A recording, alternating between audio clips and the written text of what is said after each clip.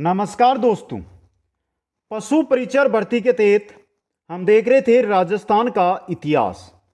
Class number 7 आज हमारी जो रहेगी वो रहेगी बूंदी रियासत की। दोस्तों, बूंदी के अंदर जो चौहान राजवंश था वो ही था। दोस्तों, बूंदी के अंदर जो चौहान थे, जो चौहानों की शाखा थी वो थी हाड़ा शाखा, यानी कि बूंदी रियासत चौहान हाड़ा राजवंश है, यानी हाड़ा राजवंश। इसके बारे में बूंदी और कोटा दोनों जगह हाड़ा राजवंश है। तो आज की क्लास में हम सिर्फ और सिर्फ बूंदी रियासत के बारे में चर्चा करेंगे और वो चर्चा रहेगी आपके आरबीएससी और एनसीईआरटी के नोट्स है उन पर आधारित। पूरी क्लास नोट्सों के माध्यम से रहेगी, आप नोट्स भी बना सकते हैं। इसके अलावा नोट्स आप है सीधे प्रिंट के लिए भी प्राप्त है जो कर सकते हैं। एक बार जो साथी हमारे साथ जुड़ रहे हैं, वीडियो को लाइक शेयर और चैनल को सब्सक्राइब कीजिए। शुरू करते हैं आज की इस क्लास को। दोस्तों, बेहतरीन क्लास, थोड़ा ध्यान से इस क्लास को अटेंड करना। दोस्तों, पहले एक जानकारी आपके सामने रख देता हूं। बूंदी और कोटा दोनों जगह ही चौहान ही है और शाखा है वो है हाड़ा शाखा। ये याद रखना आपको। दोस्तों, समझ गए? अब चलिए दोस्तों शुरू करते हैं। यहां पे आराम से देखना। यहां पे राजस्थान के दक्षिणी पूर्वी भाग में स्थित हाड़ौती क्षेत्र का नामकरण चौहानों की हाड़ा शाखा के शासन के कारण हुआ है। यह आपका राजस्थान है, यह राजस्थान है। तो जो यहां पर यह शासन है ना, यहां पर किनका शासन है? चौहानों की हाड़ा शाखा का। इसी वजह से इसको हम कहते हैं ना हाड़ौती, इसी वजह से कहते हैं। दोस्तों, प्राचीन काल में इस समूचे क्षेत्र पर मीणा एवं भील सरदारों का क्या था? आधिपत्य। हाड़ाओं से पहले यहां पर मीणा और भील है, उन सरदारों का आधिपत्य था। कोटा का नाम कोटिया भील पर व बूंदी का नामकरण बूंदा मीणा नामक सरदारों के नाम पर हुआ है। तो देखिए, दो क्वेश्चन यहां से तैयार हो गए हैं। जो कोटा का नामकरण हुआ है, कोटा ये कोटिया भील के नाम से हुआ। कोटिया भील यहां का सरदार था, उसके नाम पर। बूंदी का जो नामकरण हुआ है वो हुआ है बूंदा मीणा, जो यहां का सरदार था उसके नाम पर। तो ये फैक्ट है, इंपॉर्टेंट बन सकता है। बूंदी का जो प्राचीन नाम है वो मिलता है वृंदावती या वृंदावली, जबकि इंपॉर्टेंट वृंदावती मिलता है। दोस्तों, समझ गए? रणकपुर शिलालेख एवं खंजूरी शिलालेख 1506 ईस्वी के अनुसार, यानी ये जानकारी मिलती है।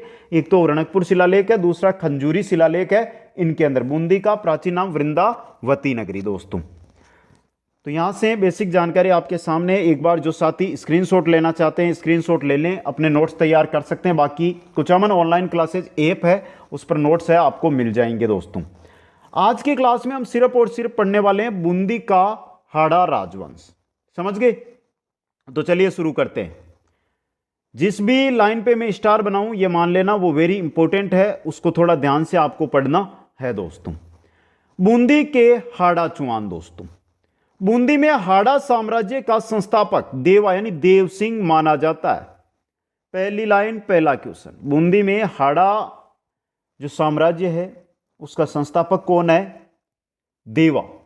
देवा हाड़ा यानी देवी सिंह हाड़ा चौहान। देवा नाडोल शाखा, नाडोल सांबर से अजमेर भी गए थे, सांबर से नाडोल भी गया था। लक्ष्मण सिंह पढ़ा था हमने। तो देखिए, देवा नाडोल शाखा के चौहानों का वंशज एवं मेवाड़ के बंबावदा गांव का सामंत था।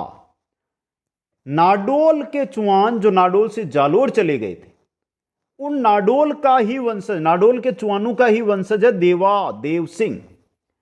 इसके अलावा मेवाड़ के अंदर बंबावदा गांव है, मेवाड़ रियासत में, वहां का क्या था? सामंत था। दोस्तों, जिसने 1241 ईस्वी में मीणाओं को पराजित करके बूंदी में हाड़ा साम्राज्य की शुरुआत की।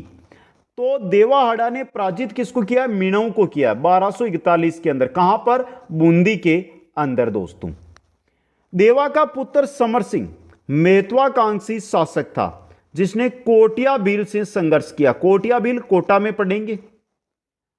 कोटा के अंदर कोटिया भील जो कोटा में हाड़ा शाखा का संस्थापक है, उससे संघर्ष किया था। देवा का पुत्र था समर सिंह उसने। दोस्तों, समर सिंह के पुत्र जेतर सिंह ने 1274 ईस्वी में कोटिया भील को पराजित करके उसका साम्राज्य बूंदी में मिला दिया।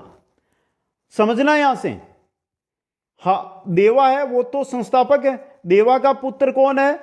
समर सिंह। समर सिंह ने क्या किया? कोटिया भील से संघर्ष किया, लड़ाई की है, जीता नहीं है। लेकिन आपके देवा का तो क्या पोता और समर सिंह का बेटा नाम है जयत्र सिंह, जिसने क्या किया? 1274 में कोटिया भील को पराजित कर दिया, यानी कोटा को बूंदी में मिला लिया दोस्तों। आगे देखिए, मेवाड़ के महाराणा क्षेत्र सिंह ने बूंदी के शासक को हराकर इसका विलय मेवाड़ में कर दिया।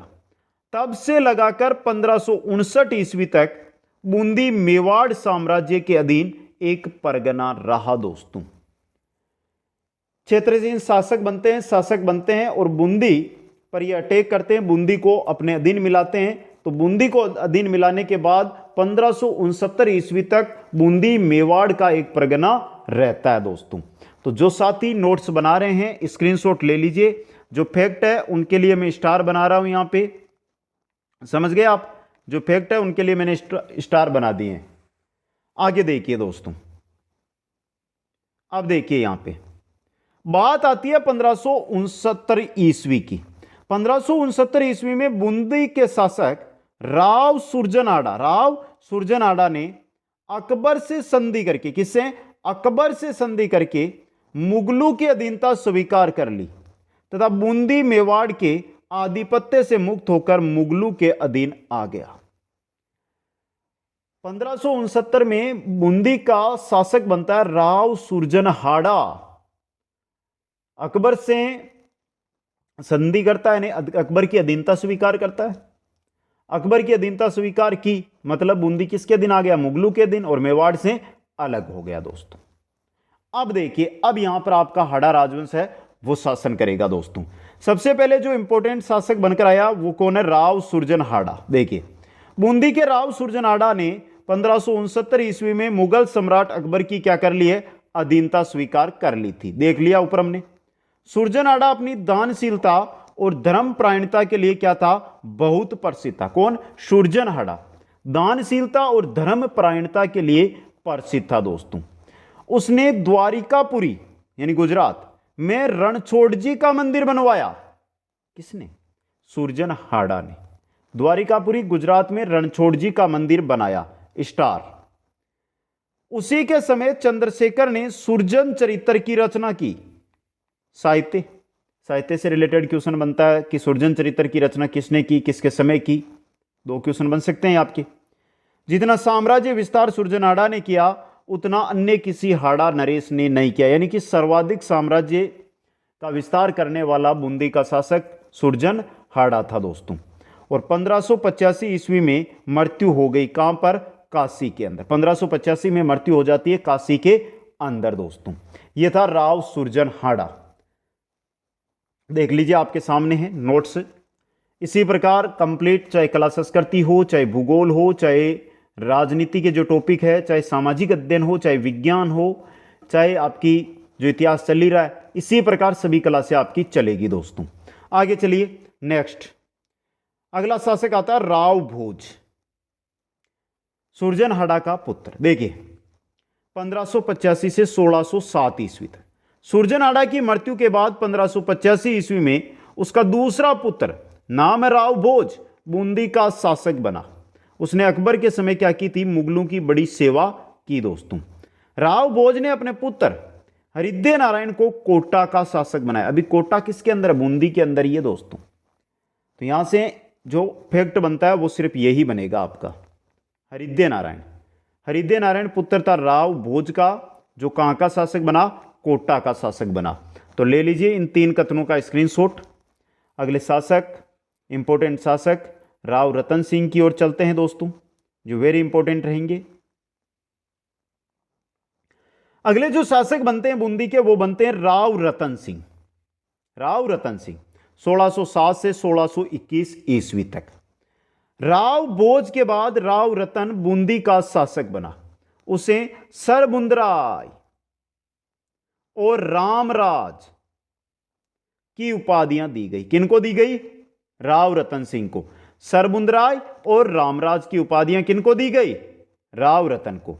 वह बहुत ही न्यायप्रिय राजा था। इसने अपने पुत्र गोपीनाथ की हत्या करने वाले ब्राह्मणों को दंड नहीं दिया क्योंकि वह दुराचारी था।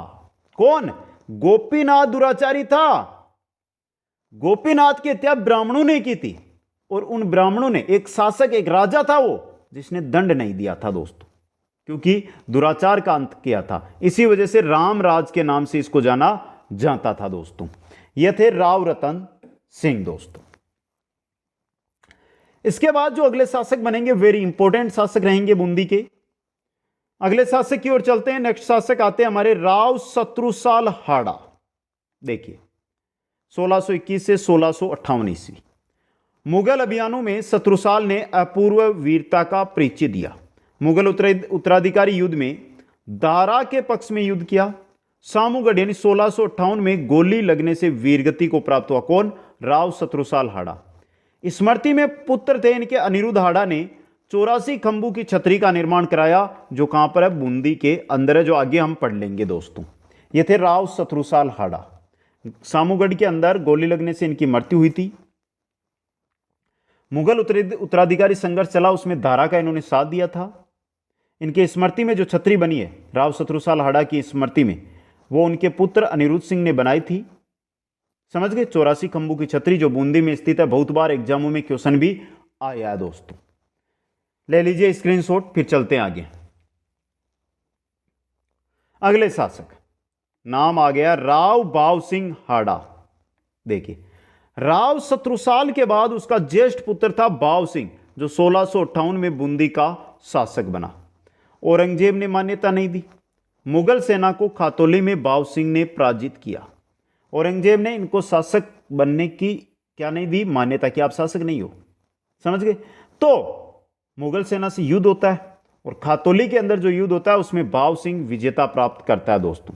बाद में औरंगजेब ने आगरा बुलाकर 3000 की जात व 2000 का सवार का मनसब व डंका, झंडा व बूंदी की जागीर बाव सिंह हाड़ा को दी दोस्तों। बाव सिंह के शासनकाल में बूंदी की चित्रकला चरम उत्कर्ष पर पहुंची। ये दो फैक्ट है जो आपको याद रखना है। राव बाव सिंह हाड़ा 58 से 1658 से 1681 के अंदर हम प्रवेश कर गए हैं। अब चलिए आगे दोस्तों। अगले शासक बनते हैं हमारे, जो बनते हैं अनिरुद्ध हाड़ा।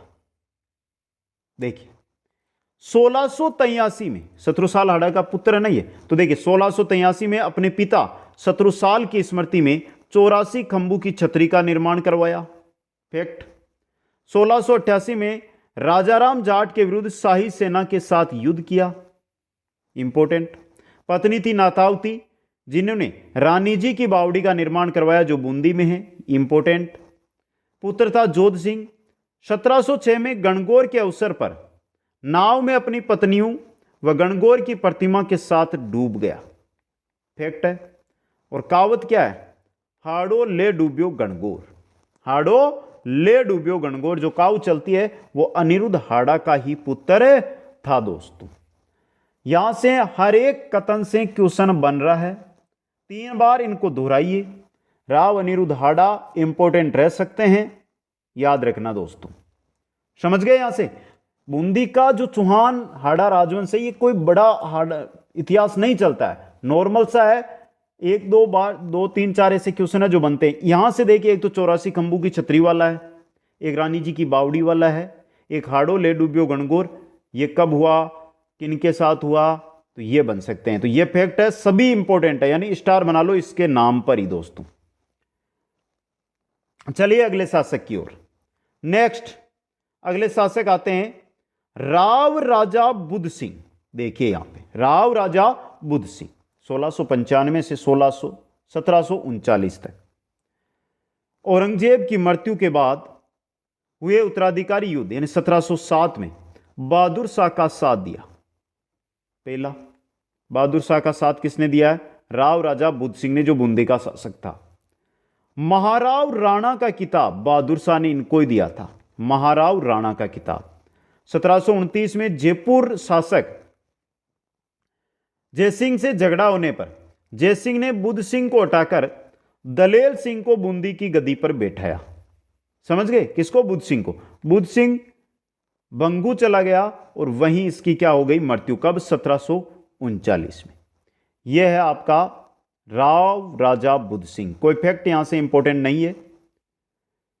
दलेल सिंह जो 1734 से 1748 तक शासक रहते हैं, सवाई जयसिंह द्वारा मनोनीत बूंदी का शासक था। सवाई जयसिंह के द्वारा मनोनीत शासक था दलेल सिंह दोस्तों। तो बुद्ध सिंह के बाद दलेल सिंह शासक बनता है 48 तक। इसके बाद जो अगला शासक बनता है दोस्तों वो बनता है उमेद सिंह। कौन बनता है? उमेद सिंह दोस्तों। 1748 से 1804 तक 52 साल का शासन। कोटा शासक और मल्हार राव होलकर की सहायता से बूंदी प्राप्त किया था इन्होंने। कोटा शासक व मल्हार राव होलकर की सहायता से बूंदी प्राप्त किया। मल्हार राव होलकर को मामा कहता था क्योंकि इसकी माता कछवाई रानी के मल्हार राव को राखी बांधी थी, इस वजह से।